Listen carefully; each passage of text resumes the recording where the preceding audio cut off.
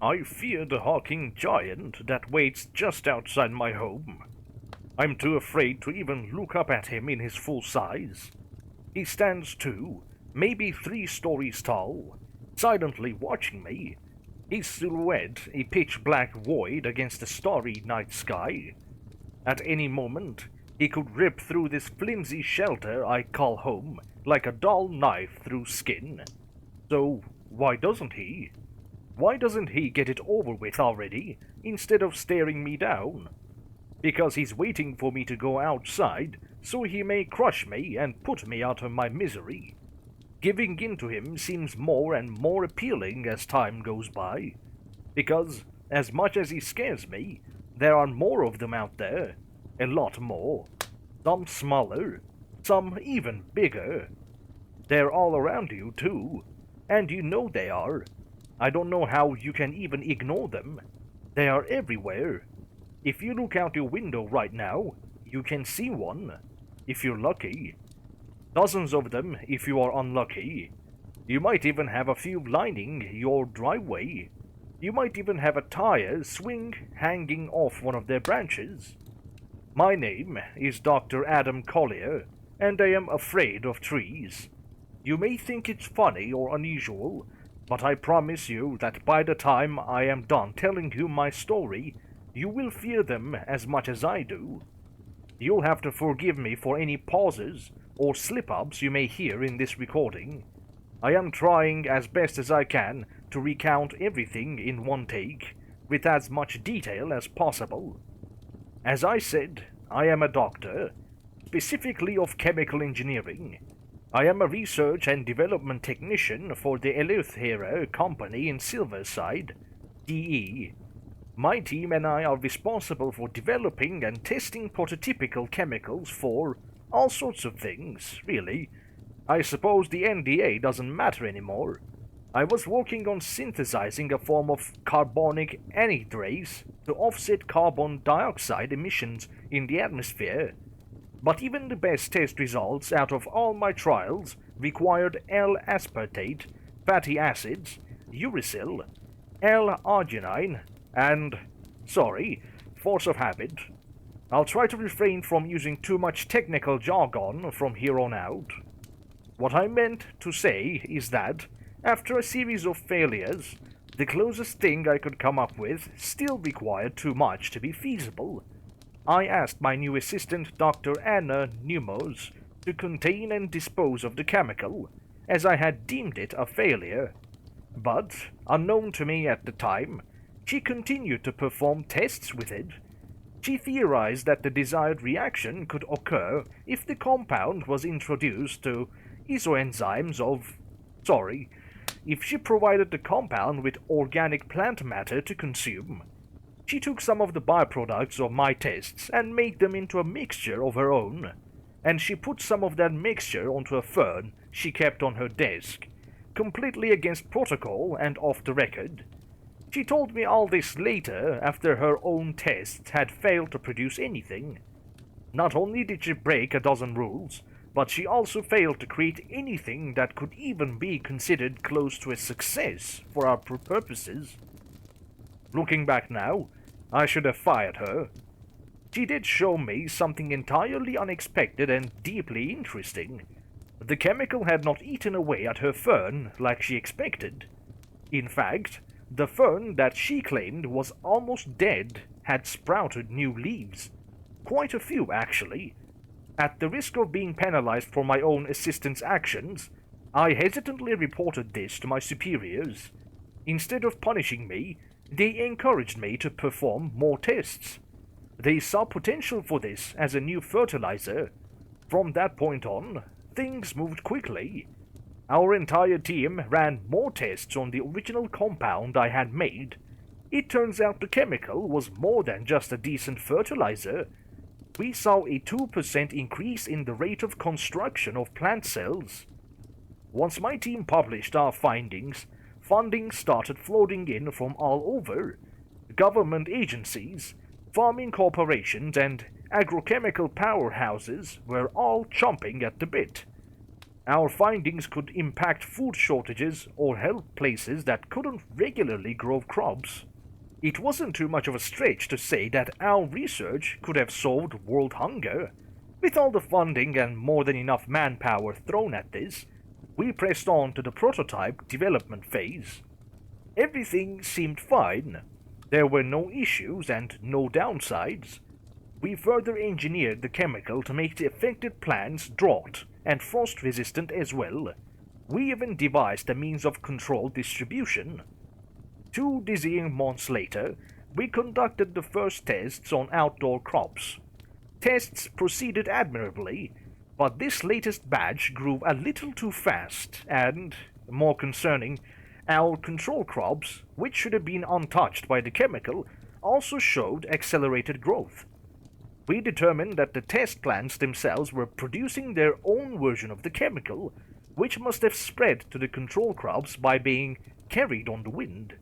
Or perhaps it had penetrated deep into the soil, or maybe some bees had carried it across fields. We weren't exactly sure. Regardless of how it reached them, leaves and stems on all plants in both testing plots were growing 5 to 10% faster at the cellular level. Unfortunately, it wasn't just the test and control crops that were affected. 2 days later, we noticed that the forest surrounding the test fields had grown 50 yards closer. That's when we knew we had a problem on our hands. Hazmat was called in to do cleanup. They burned down all plant life and salted the soil 200 yards into the surrounding forest. They also burned and salted the test and control crops as well. While it was an embarrassing mistake, we were relieved that it was successfully contained.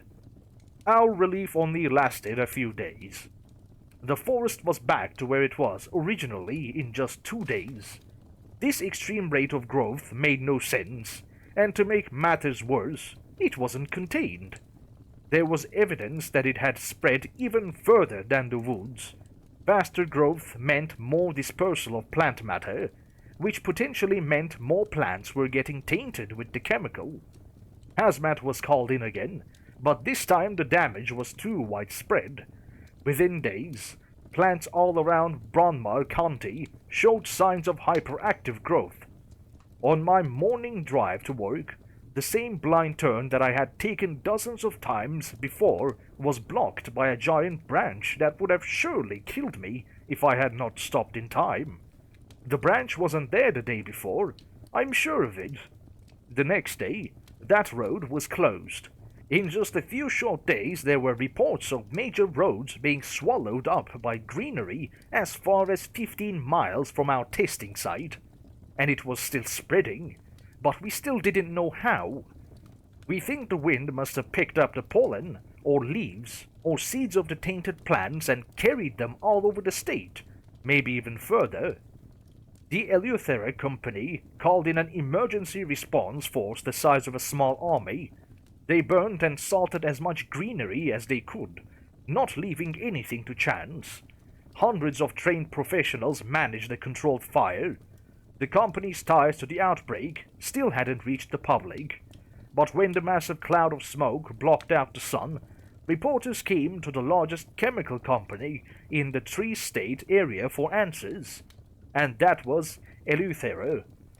Some news outlets claimed the extreme overgrowth was a result of a bioweapon test gone wrong or an intentional act of domestic terrorism. Some even reported that it was a sign of the end times. Panic spread across the nation, and so did the chemical.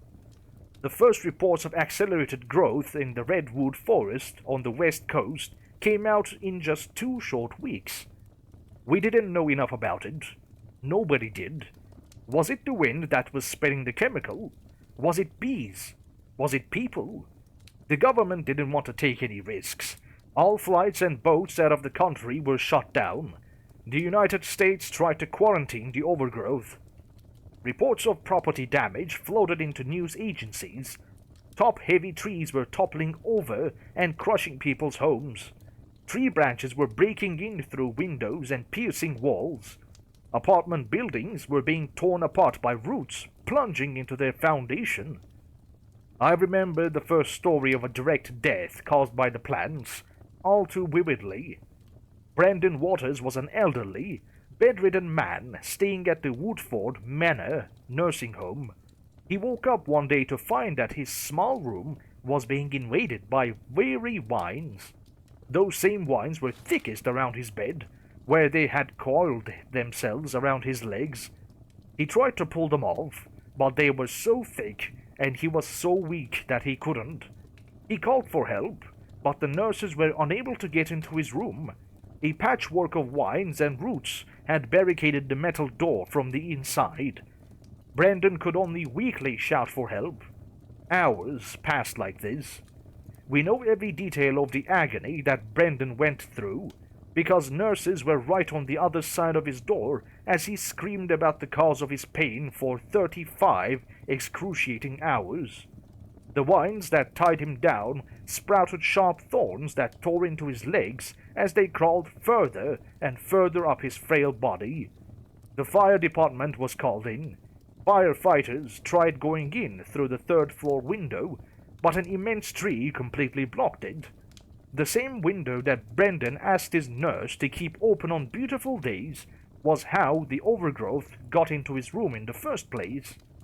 Firefighters worked in shifts to chop through the thicket surrounding the window, but it was much too slow, and the branches got thicker the more they chopped. Roots squeezed Brandon's chest. The firefighters cleared out the entire nursing home and went to work tearing down the wall nearest Brandon's bed. He couldn't feel his legs anymore. When they eventually opened up a hole into his room, they still had to contend with a mesh of pale roots on the other side. Brandon cried out for his family. None of them were there. By the time the firefighters finally carved through the thicket, Brandon was no longer screaming. His body had been pierced by dozens of sharp, tiny branches. There was no blood on the scene. The news reported that his face had bright green leaves growing out of it by the time the coroner arrived.